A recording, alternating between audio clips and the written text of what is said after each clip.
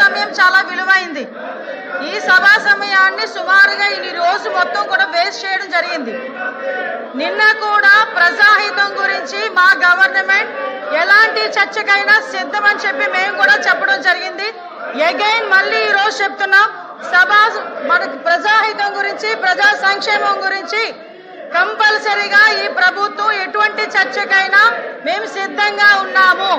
వాళ్ళు చర్చకి సిద్ధంగా ఉన్నారో లేదో ముందు తేల్చుకోమనండి. ఎందుకంటే వీళ్ళు ఈ రోజు మరి చూస్తుంటే అధ్యక్ష, దేవుణ్ణి కూడా రాజకీయంగా వాడుకోవడానికి వీళ్ళు చేస్తున్న తపన అధ్యక్ష. ఒకసారి వినాలి అధ్యక్ష, దేవుణ్ణి కూడా రాజకీయంగా వాడుకోవడానికి ఇక్కడ ఈ రోజు ఇంత సభా సమయాన్ని వేస్ట్ చేస్తున్నారు అధ్యక్ష. దేవుడంటే భయం లేదు, దేవుడంటే భక్తి లేదు, దేవుడంటే నమ్మకం లేదు.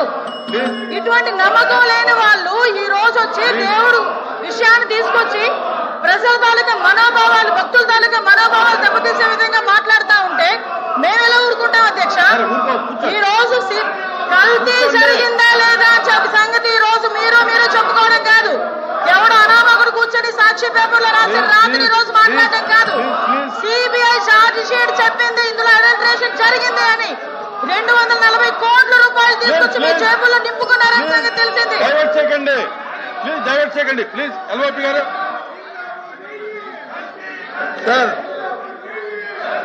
ఇవాళ ఎప్పటి నుంచో చంద్రబాబు నాయుడు గారు ఈ ప్రభుత్వం ఆ దేవదేవుడి మీద వచ్చి ప్రసాదం మీద అపరం చేసి వారు దోపిడీ కోసం మాట్లాడండి.